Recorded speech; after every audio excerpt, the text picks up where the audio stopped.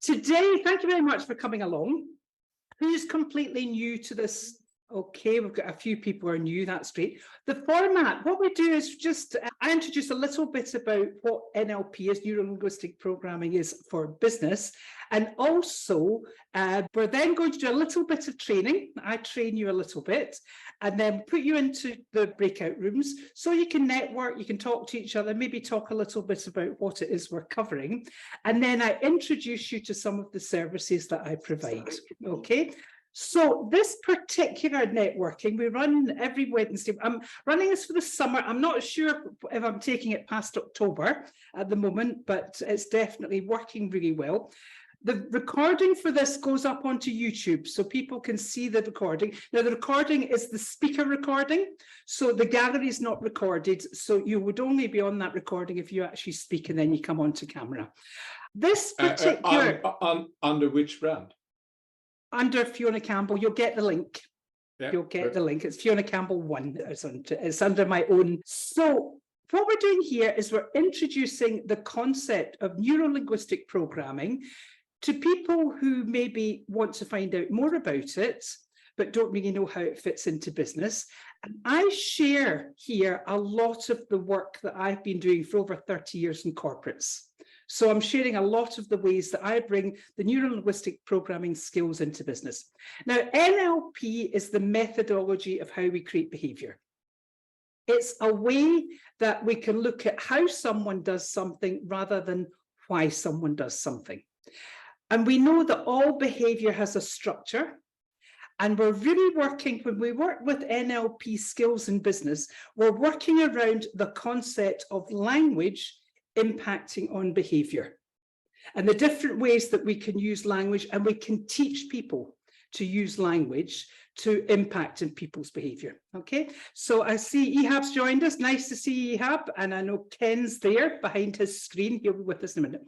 Okay, so let me just share. Thank you so much. We'll just share the screen here. Okay, so, actually, can you put in the chat while I just go into the screen, where are you joining us from?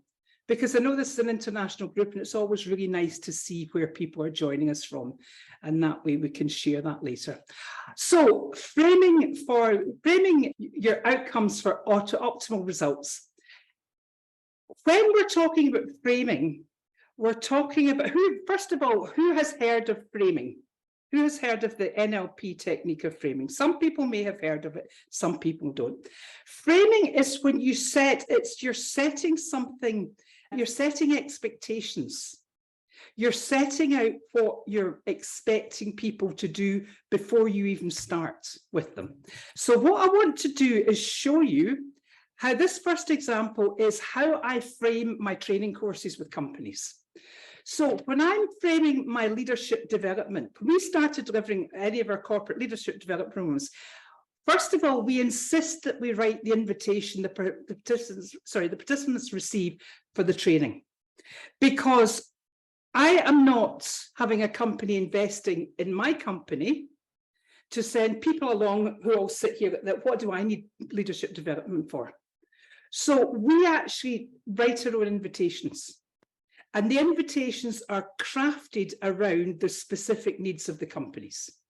So an example of that could be, we're delighted that your organization is investing in your ongoing leadership development, and we would love to invite you to join this program. So straight away, you're framing the whole scenario. It's not a training because you have to be a better leader. It's, oh, hang on a minute, my company's investing in me. And they're seeing me still as a leader, and they're not wanting me to become an even better leader. And then this invitation, they're invited to further enhance their leadership skills. We also include the course content, an expectation of results. That all goes into the invitation. And the reason, I'll tell you in a moment why we do the course content. Then when I meet the participants, I always ask them at the beginning, how will you integrate what you learn in this training into the workplace? So very often what we'll do with an organization is we send the invitation and then we send a pre-course questionnaire. That's why I send the course content. And that pre-course questionnaire tells us so much, because we do reports, we do the post-training report back to the organisation. You can send out the course content, an invitation and a questionnaire saying, what do you expect to be able to do as a result of this programme? What do you want to use this for? And you'll get people come back and say, I don't know, I haven't been on the programme yet. Fantastic. But other people in the same company have looked at the content and gone, I can use this, I can use that, I can use the next thing. So straight away, you've got information that you can feed back to an organisation on the behaviour, that the ability to, the willingness to learn, the willingness to develop themselves. And then we frame right at the beginning, okay, so we talk about, and I'll just go through this now, we talk about how will you integrate? So right from the beginning, how are you going to use what you're learning? So the training stops being something they attend out here to something that they're going to take responsibility for, because we ask for evidence. I always train over at least 2 days, sometimes more than 2 days. What results do you expect to get? At the end of this programme, you'll bring back examples to share of what you've achieved. And this preparation frames this as a programme where participants are going to become even better leaders. That's what we're wanting them to do. Learn to apply the tools and techniques, will get the results that they can share with others. And this is backed up by great examples we get at the end of the programme when the participants are excited to share everything they have achieved. This is one of the ways we've built a reputation. But more than that, it's a way that you can, you watch people getting excited on the second part of the training. Actually, we have flip charts. We work old-fashioned, old school if we're in a room. If we're working online, we get people to actually do a small presentation and they share their presentation of what they've achieved. But people start to get excited about talking about the things they're achieving as a result of this training. And that all comes from how it's framed. Any questions of that so far? Any questions or anything that you've done? Who does this already in their organisation? If you already do this, put your hand up. Okay. We talk to a lot of companies who've never even heard of doing this. And I remember one of the things that happened during the pandemic, I was working with a huge company online in the Middle East. And they said to me, nobody will turn on cameras. It's a cultural thing. Now, I've worked in the Middle East for years, 30 years on and off. And I said, has anyone asked anyone to turn the cameras on? Has anyone prepared anyone? Because especially in the Middle East, especially if you're working with women, you can't expect them just to turn on a camera at home. They have to be prepared to be in public. And they went, no. And they actually said to us, if you can get 5% of people to put their cameras on, that'd be a success. We had everyone with their cameras on the whole way through. Because we sent out an invitation talking about, it was a communication skills training we were doing, talking about the importance of being able to see people when you were communicating with them as well as hear them, and how, and it was a leadership development, and how as a leader you have to be seen in the organisation. And one of the ways we can be seen when we're working remotely is by people actually seeing us on camera, and everyone's cameras went on. This company couldn't believe this. I think we had 70 people in this training. And it all came from framing that, setting up the expectations and framing that right from the beginning. So NLP frames are the frame or context in which how you view something affects the way you see it and the meaning it has for you. So when we know that every single person creates their own map of the world, we all create our own independent perspective of the world. And if you just pass on information to people, are going to create their own thing from that. They're just going to create their own idea from that. So framing actually helps ensure that everyone's on the same page or everyone knows what's required. Because very often people will say to me, but they know that. And I'll go, but have you told them? And then they go, no. So we don't leave things to assumption and we don't leave things to chance. This is a way of using language, using communication skills to really help guide people in the direction you want them to go. This can also be thought of your frame of reference. The different frames can be imagined as the lenses that magnify certain information that we're interested in and filter out the other information. So one of the ways when I'm pre-framing for a course, I want to magnify the fact that people have to bring back evidence of what they've done. We don't just say to people, go and use this. Go and try this. Go and try this. It's just setting yourself up for failure. One of your responsibilities to bring back evidence of how this has helped your job. Now, people turn around and say NLP is manipulative. Of course it is, because you're pushing people in the direction, but you're pushing people in that direction for the good of their development and for the good of the company. So just by having that magnified, that part of this training is you sharing your evidence of how the results you've been getting in the time between the different modules. This is absolutely huge. So there are ways of focusing your clients on different outcomes, helping them to take a step back and think. They also influence outcomes because you influence the direction you want someone to go in. So what you're doing when you're framing is it's forcing people to look at things in a certain way and becoming very clear of the outcome that's expected of them. Who has been on training and you go along and you come away and go, well, I don't quite know what the point of that was? Yeah. Who has been in meetings? Okay, so guess what? I'm going to show you how we use framing for meetings as well. I teach people to use framing for meetings. So it can be very clear to the speaker or to the trainer of the point of the training. But if you don't let people know what's the expectation, and this leads on to a little bit what we were doing last time about expectations, it's really, this is huge in helping people really know exactly what's required for them. Now, some NLP frames that are useful in getting results in particular contexts are outcome frames. Now, I teach all these frames as part of my NLP business practitioner training. Today, we're only going to cover the outcome frame, but we also have the as if frame, agreement frame, relevancy frame, open frame, backtrack frame, discovery frame. There's lots of different frames that you can use and lots of different frames that we speak about. So we're looking at the outcome frame.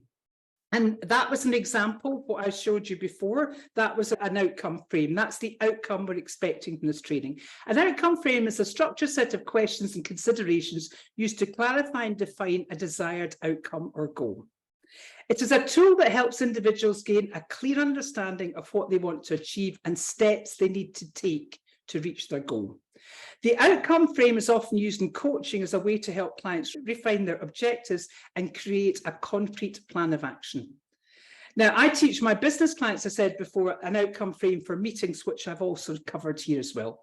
So using an outcome frame for coaching, the outcome clearly define the desired results or goal, what you want to achieve. Who here is a coach? Put your hand up if you're a coach. Okay. Good. So the majority of people here know about coaching and you know about the importance of getting clear. And very often in business, it's only the coaching sessions where people are getting clear on what it is they've to achieve. When I'm teaching leaders in companies that maybe are not trained coaches, we're teaching them some of the concepts of coaching to really help define other tasks, so people get really clear on other tasks they have to do, not just the ones they've been coached on. Evidence. So determining how you will know that you've achieved that outcome. So we brought that into the courses that we do, so people are expected to bring evidence to show how they've achieved it. What will be different? What are you going to change?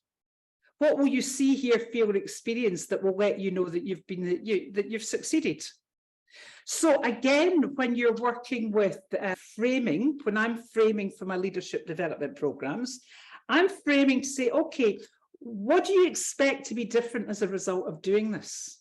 I expect the people I lead to maybe be clearer in what it is I'm passing on, or I expect tasks to be done quicker, or I expect the people I'm working with to start to take personal responsibility. Okay, how will you know when that's happened? So what we're doing here is you're setting people's brain, it's almost like setting a sat nav on the successful outcomes of applying what it is that you're teaching them. And then we have context and ecology. Considering the broader context and potential consequences of achieving that outcome, how will this goal impact on the areas of your life and business? Is it aligned with your values and overall well-being? And what you can do if we do in a company situation, we will talk about, is this aligned with the company values? Is it aligned with your own values? We will also talk about how will this goal impact on your life, because I don't believe in work-life balance. I really don't believe in work-life balance. I don't think we have work-life balance nowadays. I think we have a work-life blend, and it's getting that blending in a way that works for you as an individual. So it's helping people, and there's a hidden meaning behind all that as well. It's looking at the purpose. What's the purpose of doing this? What's the purpose of learning this? What's the purpose of actually applying what you're learning? That's all framing.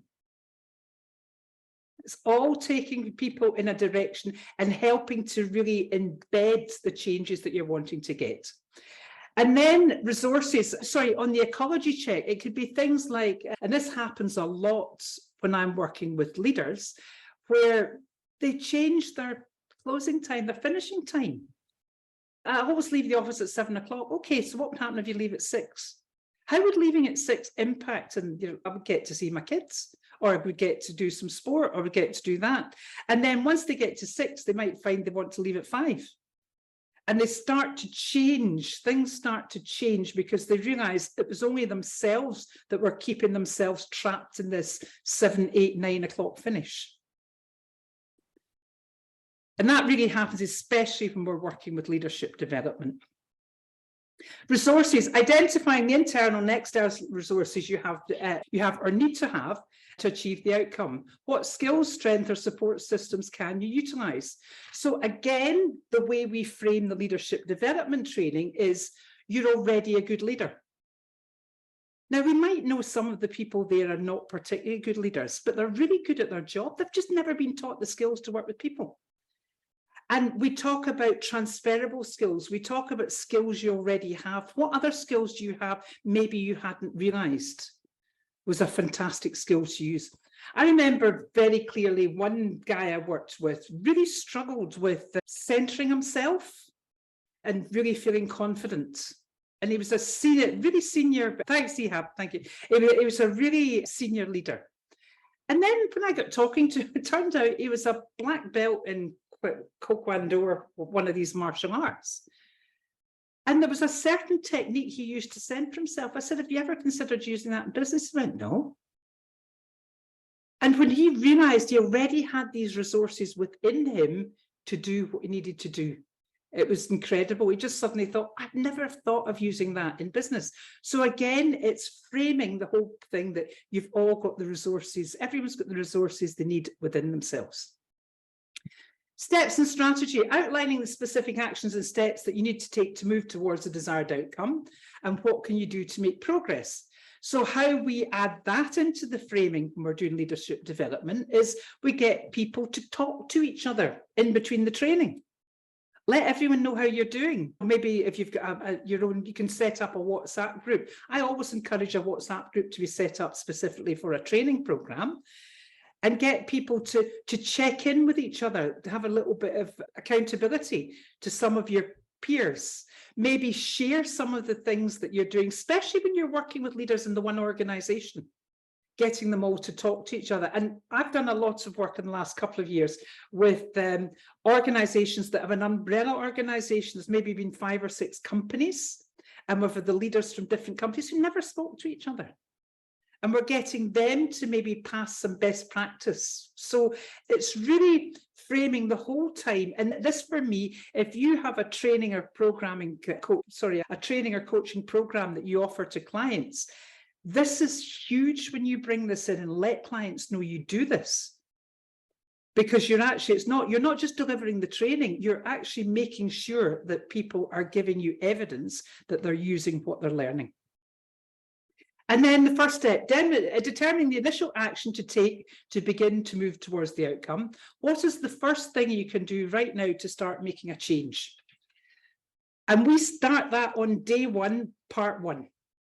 Okay, write down now, What's one of the things that you need to change? And I'll put the contents of the course up. They've already received the contents. This is what we're going to cover. Have a look at this and see which one of these fits in with a problem you have at this point of time.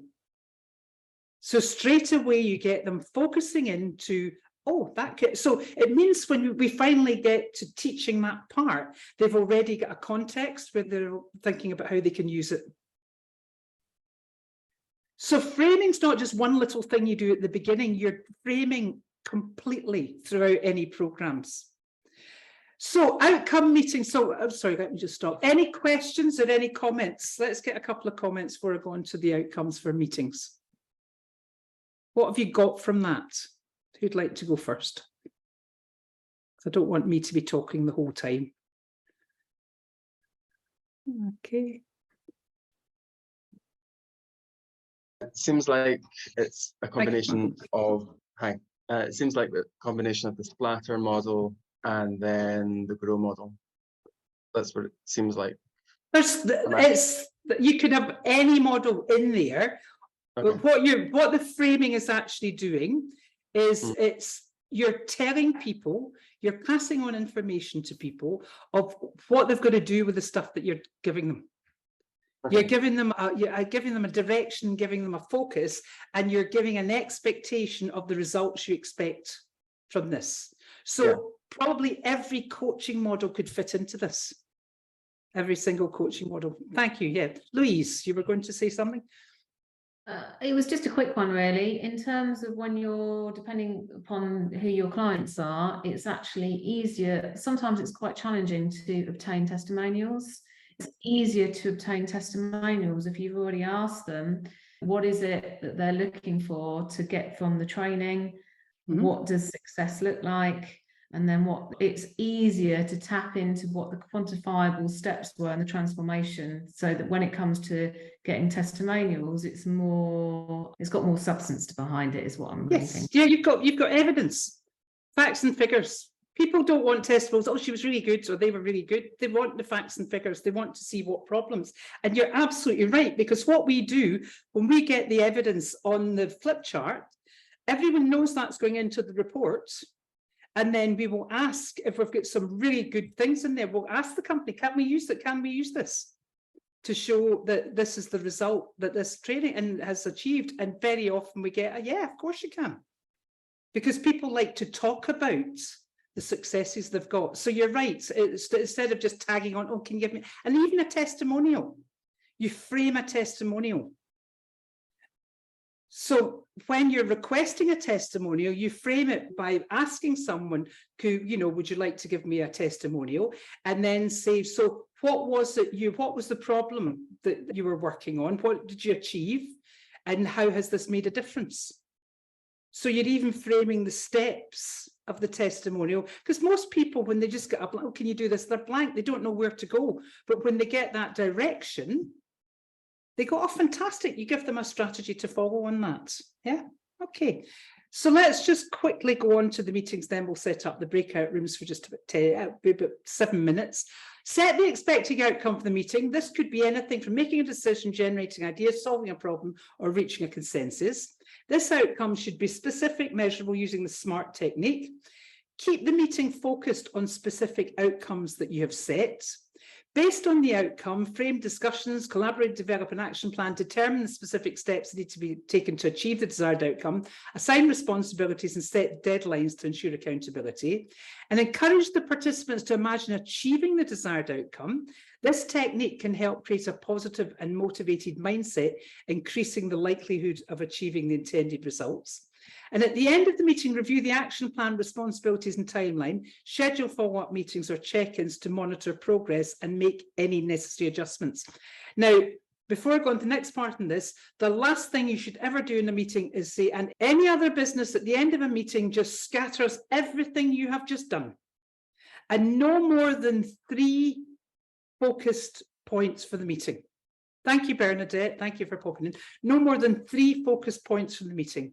The brain, 1 or maybe 2, maximum of 3, and keep people focused on the outcome. There's a study out just now. The British government last year did an experiment. They invited, I think it was 100 companies to go on to the 4-day week with a 5-day productivity. And if you look up the UK study technique, the UK 4-day week research, you'll see the whole paper's been produced on that. And that was one of the, being very focused on outcomes of meetings, setting expectations and outcomes of meetings was one of the biggest things that happened, that was allowing companies to go from working 4 days, but still get the same productivity as they used to get in the 5 days. Because people get lost in meetings, and that's where so much time and ideas get lost.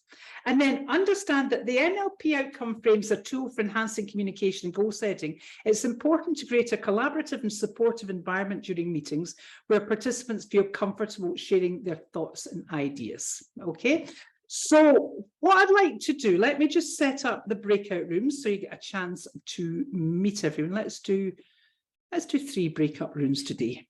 Okay, so what I'd like to do, just have a chat. You can introduce yourself, maybe talk about what you've gone over. If you're already using this, fantastic, you can share that. If this is something new to you, maybe you've got a question of someone in the group, and we'll come back. It's 1 minute to 1. We'll come back at 8 minutes past. There you go. We'll give you 9 minutes. Okay, so the breakout rooms are open and I'll pop in and out. So just go get to know each other and maybe talk a little bit about what we're... Okay, welcome back. I love it when people don't run out the breakout room straight away. That means there's still talking going on. Okay, we'll just get everyone back. Welcome back. Okay, let's just get maybe 1 or 2 people. What did you get from that? What have you got from being here today and being in your discussion? Maybe someone can share what you were discussing in the room, if it's appropriate to do. I think, Fiona, what we've said is, I think there's elements that everybody's using in more of an unconscious way, and now you've brought it up to the surface, and there will be a bit more of a, oh, okay, got to think about this. So you will actually really focus on it, as opposed to it happens in like a loose way. Yes, we kind of get there. I'll ask people, though I didn't say this in the group there, I'll ask people at the end, what have you got from today? And if we've got another session for it, so what have you noticed and what have you done differently since the last time? But I've not done that in anywhere near a framed way like you explained earlier. Okay. But there's elements of it there. Yeah, and the thing is, it's when you frame something in such a way that you're expecting feedback from people, it doesn't come as a surprise, and they come prepared, and they actually come, they come ready to go. Louise, you've put a wee bit of chat in there. I don't share the slides on this, but I do share, you'll get a link to the video. So it won't be the slide. Will it say what you've gone through? I just missed the outcome framework, get the right terminology. There were just a couple of things I couldn't write down quick enough. That was okay. You will see, you'll get to see the slides. Oh, and me talking. The slides are in the video. I share the screen share. So it's me and the screen share. Yeah. Thanks. So you'll get to see that. Okay, that's lovely. Anything else? Okay, thank you very much. Next week, we're going to be going into leveraging the power of stories. The importance of stories and actually how it works neurologically in your brain, how stories work. Because people tend to think, yeah, you've got to tell a story, but there's reasons why you tell a story. And we'll be covering a little bit of that. So let me just quickly share. If I've got here a 145-minute complimentary strategy sessions.